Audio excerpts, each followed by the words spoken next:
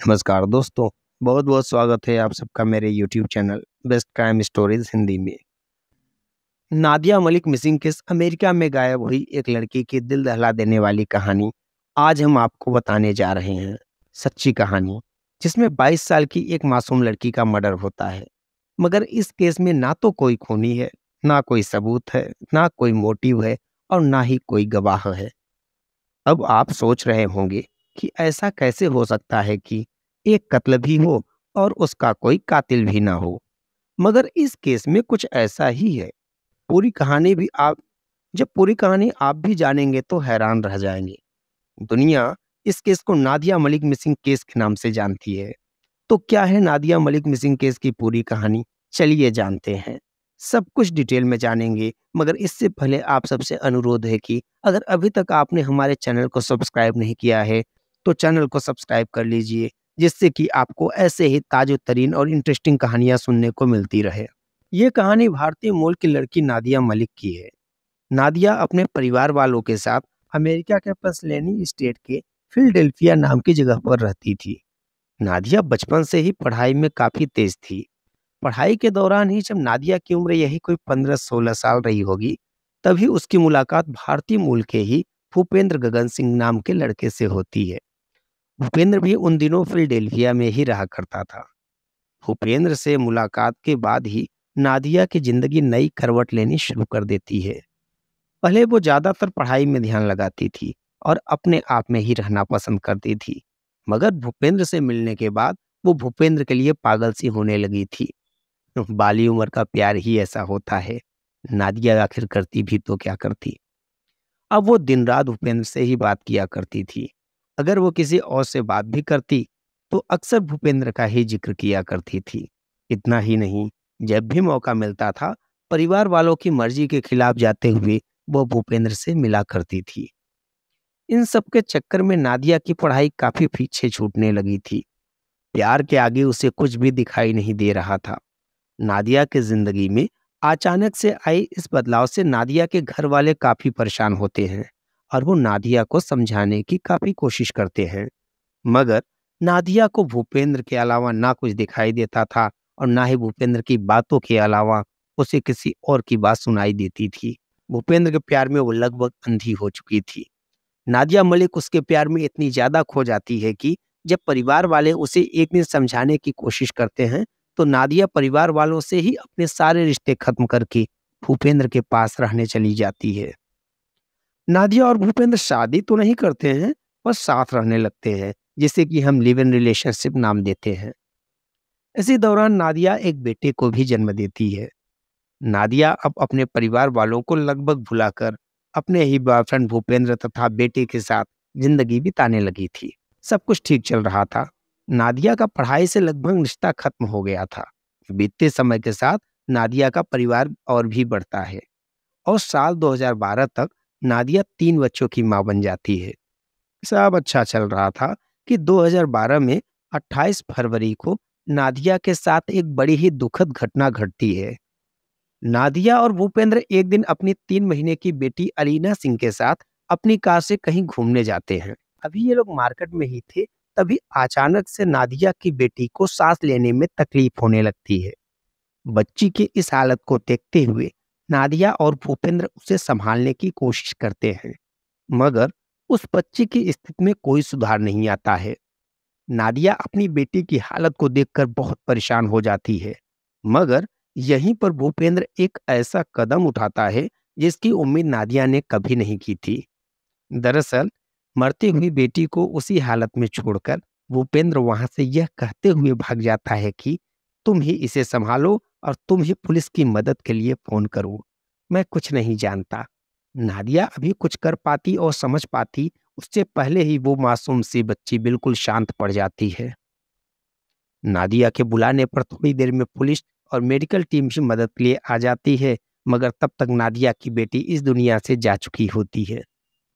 बच्ची की मौत की वजह को समझने के लिए पुलिस पोस्टमार्टम भी करवाती है, मगर हैरानी की बात यह होती है कि पोस्टमार्टम के बाद काफी गहराई से जांच करने के बावजूद ये पता नहीं चल पाता है कि आखिर इस बच्ची की मौत की वजह क्या थी। हालांकि कुछ जांच में ये संकेत मिलते हैं कि बच्ची मस्कुलर डिसऑर्डर जैसे गंभीर बीमारी से ग्रसित थी, मगर इस स्थिति में अचानक से उसकी मौत स्वाभाविक नहीं लग रही थी।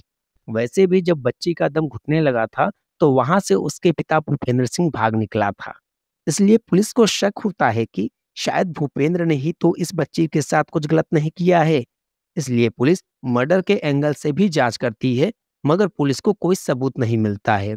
इस तरह उस बच्चे की मौत एक रहस्य बनकर रह जाती है।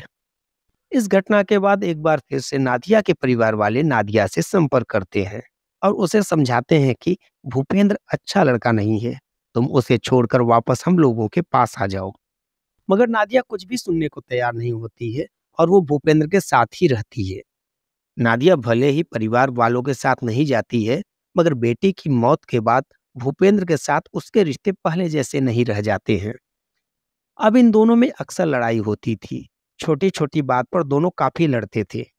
नादिया की बहन मोना मलिक के मुताबिक अब भूपेंद्र अक्सर नादिया पर हाथ भी उठा दिया करता था। गाली गलौज और छोटी छोटी बात पर लड़ाइयां तो बेहद आम बात हो गई थी।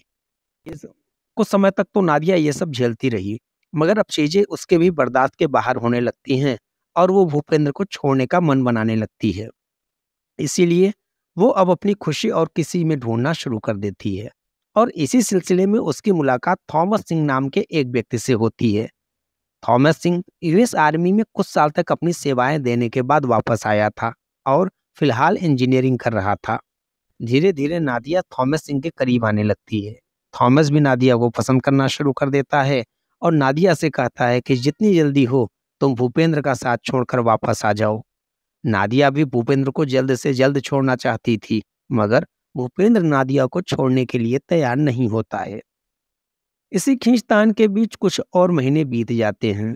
अब साल आ चुका था 2014। प्यार से शुरू हुआ नादिया और भूपेंद्र का रिश्ता काफी जहरीला हो चुका था। नए साल में नादिया अपनी जिंदगी की नई शुरुआत करने की कोशिश करती है और इसी कोशिश के तहत वो एक बार फिर से अपनी पढ़ाई शुरू करती है। नादिया डॉक्टर बनने का ख्वाब पालते हुए मेडिकल एंट्रेंस टेस्ट की तैयारी शुरू कर देती है। 2014 के जनवरी महीने में ही नादिया का प्री मेडिकल एग्जाम का फॉर्म एक्सेप्ट भी हो जाता है। इसी बीच फरवरी 2014 में भूपेंद्र सिंह को कहीं से थॉमस सिंह के बारे में पता चल जाता है। इसी के बाद नादिया और भूपेंद्र में काफी झगड़ा होता है।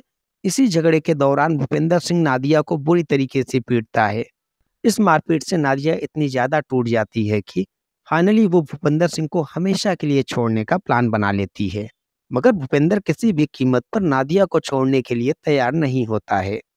भूपेंद्र नादिया के नए बॉयफ्रेंड थॉमस को भी मैसेज करते हुए कहता है कि अगर तुम नादिया की जिंदगी से बाहर नहीं होते हो तो तुम कभी भी नादिया को नहीं देख पाओगे।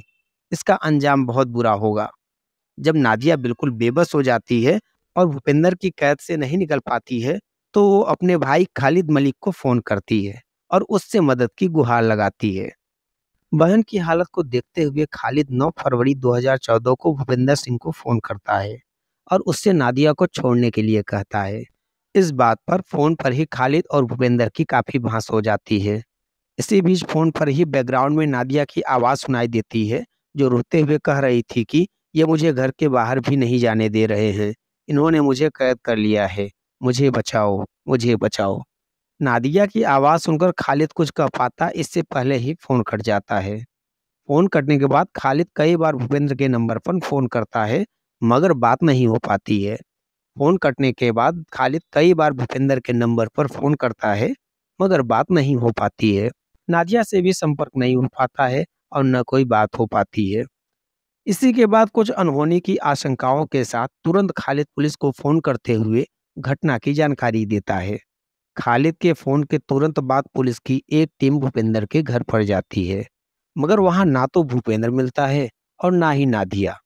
पुलिस आसपास के उन सभी संभावित जगहों पर छापामारी करती है जहां भूपेंद्र जा सकता था, मगर कहीं से भी भूपेंद्र का कोई अता पता नहीं चलता है। 9 फरवरी 2014 की तारीख यूं ही बीत जाती है। नादिया और भूपेंद्र का कोई अता पता नहीं लगता है। इसी के साथ 10 फरवरी 2014 को नादिया के परिवार वाले आधिकारिक तौर पर पुलिस में जाकर भूपेंद्र सिंह गगन के खिलाफ लिखित में शिकायत दर्ज करवाते हैं। भूपेंद्र के पास एक ब्लैक कलर की निशान कार थी, जांच के दौरान पता चलता है कि नादिया भूपेंद्र के साथ वो ब्लैक कलर की क्रिशान कार के साथ गायब है। इसी आधार पर पुलिस वाले अनुमान लगाते हैं कि शायद भूपेंद्र और नादिया इसी कार से कहीं निकल गए हैं। इसीलिए पूरे इलाके में अलर्ट जारी कर दिया जाता है कि किसी को भी अगर ब्लैक कलर की निशान कार दिखाई देती है तो तुरंत पुलिस को इन्फॉर्म करें। नादिया के परिवार वाले भी अपने स्तर से कार की तलाश में लग जाते हैं। अभी ये लोग नादिया की तलाश में लगे ही हुए थे कि तभी नादिया के मोबाइल से एक के बाद एक कई टेक्स्ट मैसेज खालिद के मोबाइल पर आते हैं। ये मैसेज भूपेंद्र भेज रहा था। एक मैसेज में भूपेंद्र खालिद से कहता है कि तुम हार गए, मैं जीत गया, वो कभी अब घर वापस नहीं आएगी, तुम उसका चेहरा कभी नहीं देख पाओगे। खालिद को चैलेंज करते हुए भूपेंद्र एक मैसेज में यह कहता है कि तुम पूरे अमेरिका में नादिया को खोज लो मगर वो कहीं नहीं मिलेगी। खालिद इन मैसेजेस के बारे में पुलिस को जानकारी देता है और पुलिस भी अपनी जांच का दायरा बढ़ाती है, मगर कोई फायदा नहीं होता है। पुलिस के हाथ अब भी खाली रहते हैं। इसी बीच 11 फरवरी 2014 को एक बार फिर से खालिद को नादिया के मोबाइल से कुछ मैसेज मिलते हैं। इस बार मैसेज में लिखा हुआ था कि अगर तुम नादिया से बात करना चाहते हो तो मुझे तुरंत मोबाइल के माध्यम से $20 भेजो। इसके तुरंत बाद कई और मैसेज मिलते हैं जिसमें रकम बढ़ाकर पहले 50, फिर 100, फिर $200 कर दी जाती है। ऐसे मैसेज थॉमस को भी मिलते हैं। उसमें भी यही लिखा हुआ था कि अगर तुम नादिया से बात करना चाहते हो तो तुम मुझे अभी इतने पैसे भेजो। उन मैसेजेस के साथ भूपेंद्र ये भी लिखता है कि अगर तुमने पैसे नहीं भेजे तो तुम कभी दोबारा नादिया की आवाज़ नहीं सुन पाओगे। इस मैसेज के जवाब में खालिद कहता है कि तुम मुझे कोई सबूत तो दो जिससे पता चले कि नादिया तुम्हारे साथ है, तो मैं तुम्हें अभी पैसे भेजूंगा। तुम मुझे कम से कम बस एक बार उसकी हेलो सुना दो तो भी मैं पैसे दे दूंगा। फिर उसके बाद मैं उससे बात करूंगा। खालिद के ये कहने पर भूपेंद्र अंतिम मैसेज करता है कि आज के बाद तुम कभी नादिया की आवाज़ नहीं सुन सकोगे। इधर भूपेंद्र लगातार मैसेज के जरिए ब्लैकमेल करके पैसा हासिल करने की कोशिश में लगा हुआ था। उधर पुलिस की भी कई टीम भूपेंद्र की तलाश में लगी हुई थी, मगर कहीं से भी इन लोगों का कोई अता पता नहीं चल रहा था। पुलिस नादिया के मोबाइल फोन के जरिए इन लोगों को ट्रेस करने की कोशिश कर रही थी, मगर कामयाबी नहीं मिल रही थी। पुलिस के मोबाइल ट्रैकिंग के मुताबिक पहले इनकी लोकेशन फिलाडेल्फिया थी, फिर ये लोग वाशिंगटन की तरफ जाते हैं और वाशिंगटन से ये लोग न्यूयॉर्क सिटी की तरफ निकल जाते हैं। मगर जब ये लोग ओहियो शहर पहुंचते हैं तो यहाँ आकर इनके मोबाइल की मूवमेंट बंद हो जाती है। इस बार पुलिस की एक टीम ओहायो तक आती है। पुलिस पीछा करते हुए उस घर तक भी पहुंच जाती है जहां भूपेंद्र आकर रुकता है। जैसे ही भूपेंद्र को इस बात की भनक लगती है कि पुलिस इसके पीछे है, वो पीछे के दरवाजे से भागने की कोशिश करता है, मगर कुछ देर की लुका छिपी की खेल के बाद पुलिस आखिरकार भूपेंद्र को गिरफ्तार कर लेती है। भूपेंद्र सिंह से कार और नादिया के बारे में पूछा जाता है। इस पर वो कुछ भी बताने से इनकार करता है और कहता है कि मैं अपने वकील के आने के बाद ही इस पर बात करूंगा। इसके बाद पुलिस भूपेंद्र के पॉकेट की तलाशी लेती है तो उसके पॉकेट से नादिया का मोबाइल, नादिया का ड्राइविंग लाइसेंस और एक कार की चाबी मिलती है। जांच के बाद खुलासा होता है कि ये उसी निशान कार की चाबी है जिससे कथित तौर पर भूपेंद्र और नादिया निकले थे। पुलिस वालों की पूछताछ में भूपेंद्र बताता है कि मैंने कार के साथ नादिया को फिलाडेल्फिया में ही छोड़ दिया था, मगर भूपेंद्र की बात इसलिए झूठ लग रही थी क्योंकि नादिया के परिवार वालों के मुताबिक उस कार की तो बस एक ही चाबी थी और वो चाबी भी भूपेंद्र के जेब से मिली थी। तो ऐसा कैसे हो सकता है कि नादिया बिना चाबी के ही कार चला रही हो? भूपेंद्र के चेहरे पर चोट के निशान थे। इस बारे में पूछे जाने पर भूपेंद्र बताता है कि जब नादिया से उसकी आखिरी मुलाकात हुई थी, यहीं पर दोनों के बीच खूब लड़ाई हुई थी। नादिया ने भी उस पर हमला किया, जिस कारण उसके चेहरे पर ये खरोच और चोट के निशान हैं। अब पुलिस की कई टीम नादिया को खोजने में लग जाती है। पुलिस की बड़ी चहल पहल के बीच इस केस की चर्चा फिलाडेल्फिया में भी जोर शोर से होने लगती है। हर किसी की जुबान पर बस एक ही सवाल था कि नादिया और वो निशानकार कहाँ है। नादिया फिलाडेल्फिया की सबसे बड़ी रहस्य बन चुकी थी। पुलिस की जांच जारी रहती है, मगर हाथ खाली ही रहते हैं। नादिया की मिसिंग रिपोर्ट 10 फरवरी 2014 को लिखाई गई थी और अब तारीख आ चुकी थी 20 फरवरी 2014। 20 फरवरी 2014 को फिलाडेल्फिया के मार्पल टाउनशिप पुलिस डिपार्टमेंट में एक अनजान व्यक्ति कॉल करता है और कहता है कि एक ब्लैक कलर की निशान अल्टीमा कार फिलाडेल्फिया के मार्केट स्ट्रीट के पास खड़ी है। इस कार में शायद नादिया हो सकती है। आखिर ये कॉल किसने की थी? उसके बारे में हम आपको वीडियो में आगे बताएंगे। फिलहाल बताते हैं कि इस एक कॉल के बाद क्या होता है।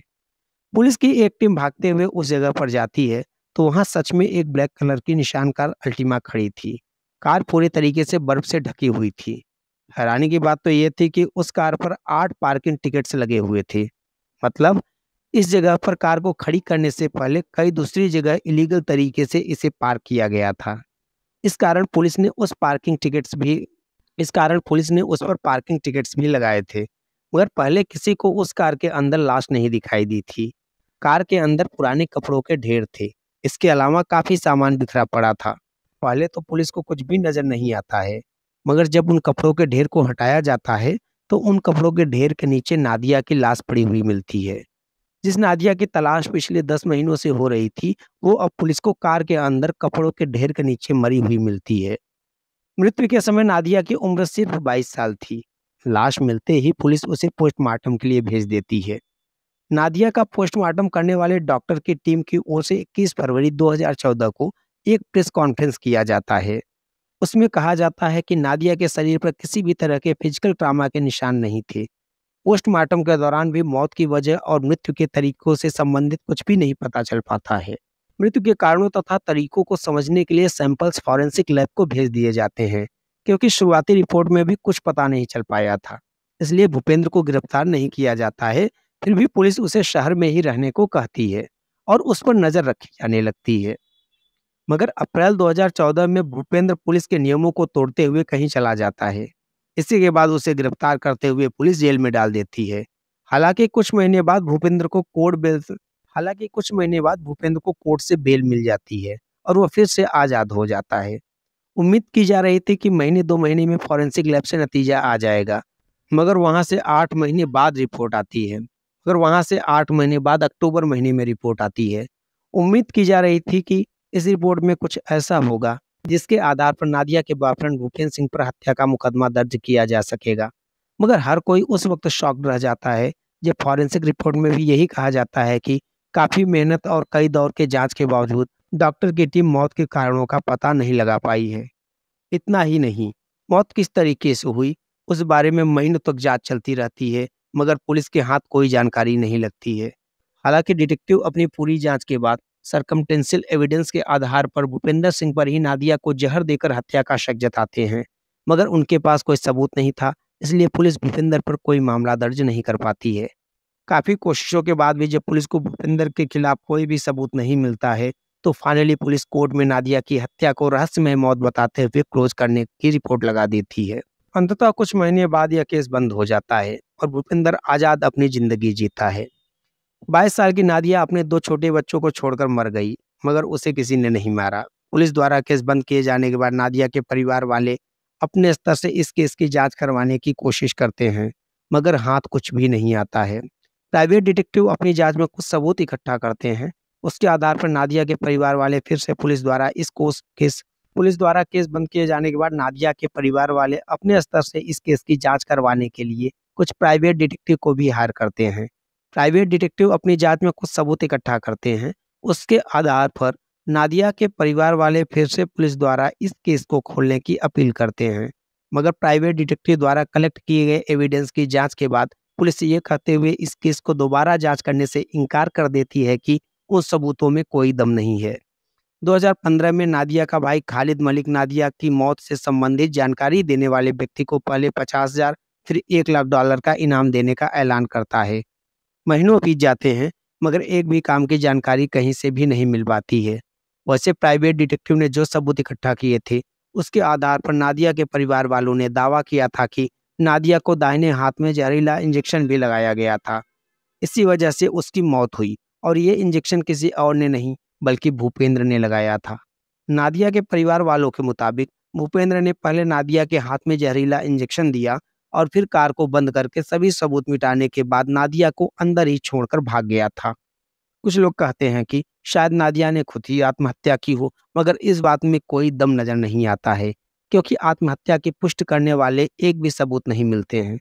भले ही भूपेंद्र पर हत्या का मुकदमा दर्ज न किया गया हो, मगर साल 2018 में एक स्थानीय अदालत ने इस केस की सुनवाई करते हुए भूपेंद्र को नादिया के परिवार वालों को $10 मिलियन का हर्जाना देने का ऑर्डर देते हैं। मगर सच तो यह है कि नादिया के कातिलों का ना पकड़ा जाना पुलिस की सबसे बड़ी नाकामी और नादिया के साथ हुई सबसे बड़ी नाइंसाफी है।